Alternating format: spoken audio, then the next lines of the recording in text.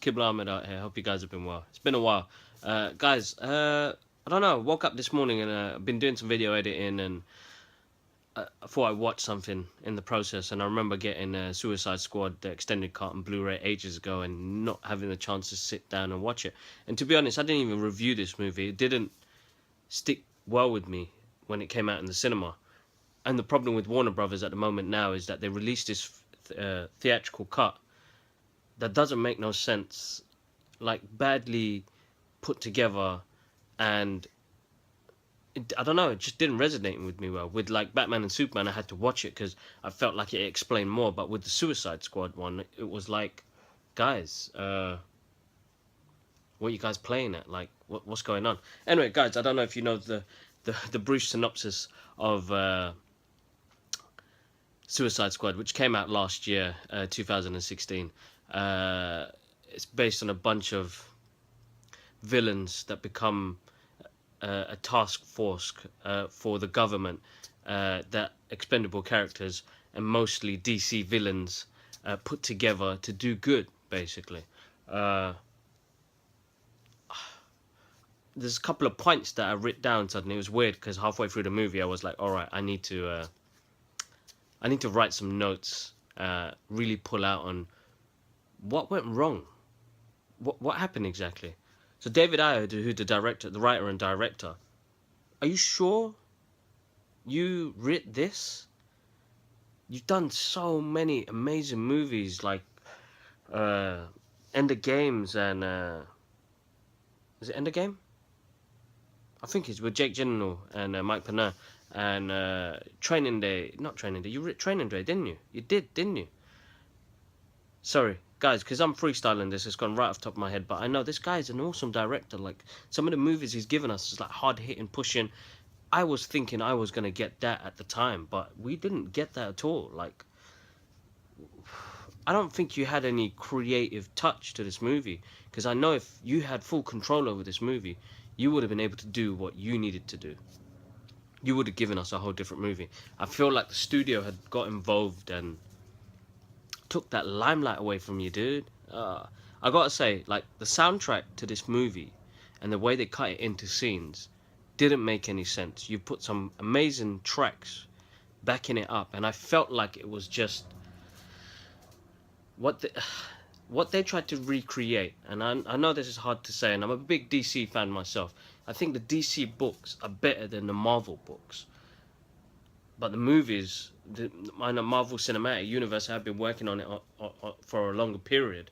But DC, man, you got 75 years almost of Mythos. Okay, make it 50 with all of these characters. And I'm looking at my notes, guys. Like, I've written this down because I feel like they tried to give this movie the Guardians of the Galaxy feel. And it's so weird that that came up because of the soundtrack, the way the team were put together.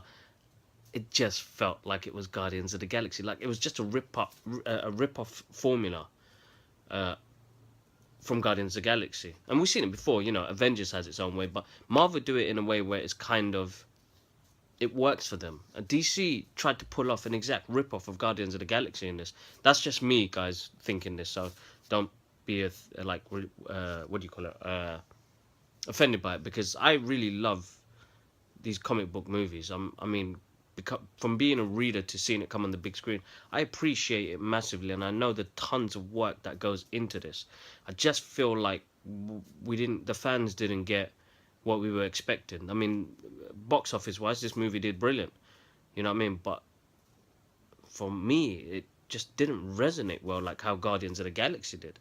Well, I'm not going to keep comparing them. The colors in this movie were great, so that's one major key thing I got to give. I just feel like the movie was based more around Will Smith's characters and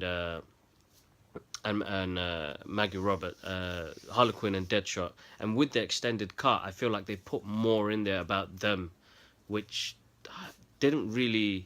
wasn't necessary. Some of the intro scenes that they did, I feel like they didn't need to prolong it that long. This movie could have been condensed down much, much more, because they're trying to give us too much in one movie, and I feel like this is where all the rushing is happening with DC movies coming out. They haven't had that enough time, so they're just trying to push out as much as they can, stuff in as much as you can, and then just throw it out there without even ciphering the information and just dashing it out there. So Viola Davis, she was awesome as Amanda Waller. She's ruthless. She's she's an awesome actor as well. She's absolutely amazing. I feel like she's perfect for that role.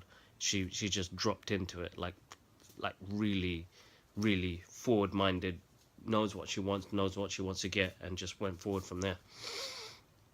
Killer Croc really upset me in this movie. I swear.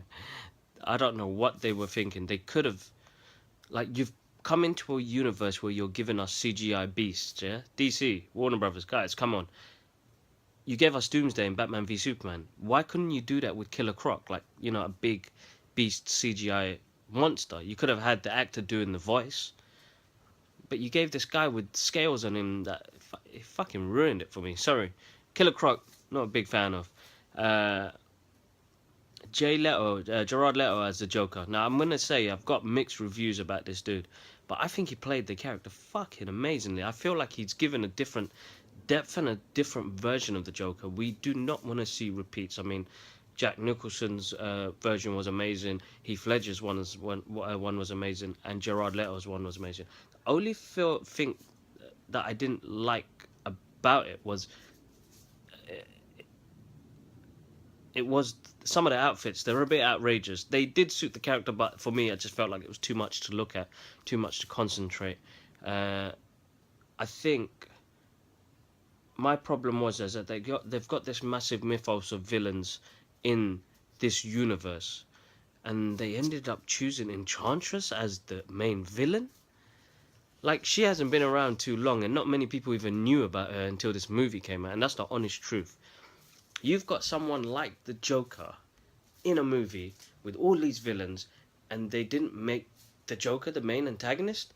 I didn't understand that concept. I was looking and watching and thinking, they've got this amazing actor to do this amazing role to do nothing but be an extra.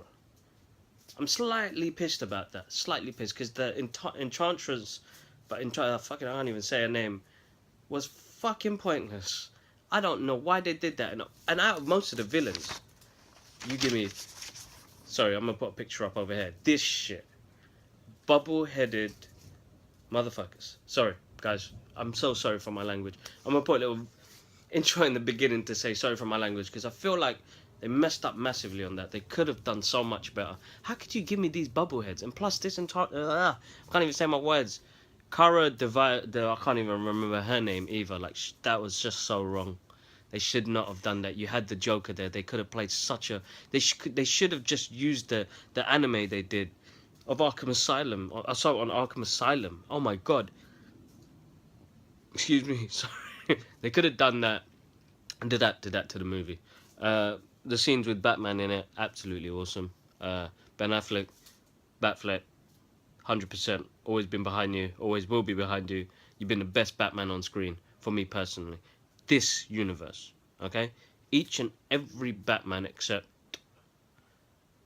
George Clooney, I feel like has done justice for the Bat, and Bruce Wayne. Okay, I'm gonna keep going. So movie formulas, as I was saying before, there's something in the sky shit. They keep using it, and I don't know why they keep using it. Ghostbusters, the new Ghostbusters, Avengers, Doctor Strange, Suicide Squad, the same formula of movies. Something in the sky. We need to go stop it. Come on, guys. You could have picked one book out of the fucking 50 years. Make it 20 years of Suicide Squad characters and picked out a comic book from that one comic book, 24 pages or 23 pages. You could have picked one of those and it would have been amazing. But you didn't. I don't know. I don't know what to say. Killer Croc in his hoodie. Sorry, man. I've gone back to Killer Croc. Didn't work out really well. I feel like with the extended scenes, they didn't put much in there. They based it around, again, Harley Quinn and Deadshot. The same thing again, Joker and Harley. They really concentrated on those characters where they could have gave us more on Katana. Like I would have loved to known more about the souls in that blade. It was edited.